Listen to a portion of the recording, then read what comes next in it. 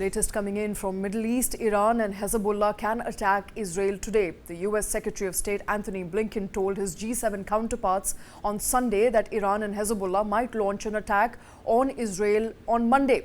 Blinken convened the conference call to coordinate with key US allies and implement last-minute diplomatic pressure on both Iran and Hezbollah to limit their retaliation. Meanwhile, Israeli airstrikes hit several locations in Gaza on Sunday, including a tent encampment inside a hospital, killing at least 35 people and wounding dozens. Videos show Palestinians using fire extinguishers to control a blaze caused by the strike. More in this report.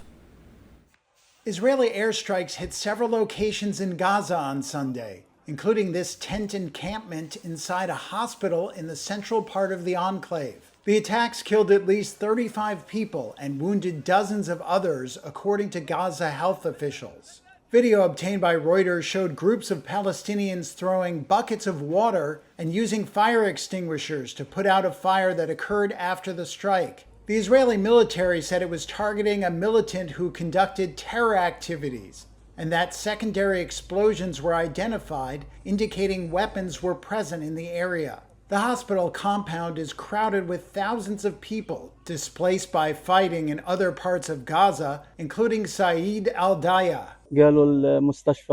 He said people were sleeping when the rocket struck, setting the tent on fire. A woman was killed after getting hit by shrapnel in the back. A separate Israeli airstrike hit 2 schools in Gaza City, Palestinian officials said, while the Israeli military said it struck a Hamas military compound embedded in the schools. Footage showed bodies scattered inside the yard of one of the schools as residents rushed to assist the injured. The attacks come the day after ceasefire talks in Cairo ended without result. Israeli Prime Minister Benjamin Netanyahu blamed Hamas for a long-stalled deal to end the war in Gaza and release Israeli hostages. He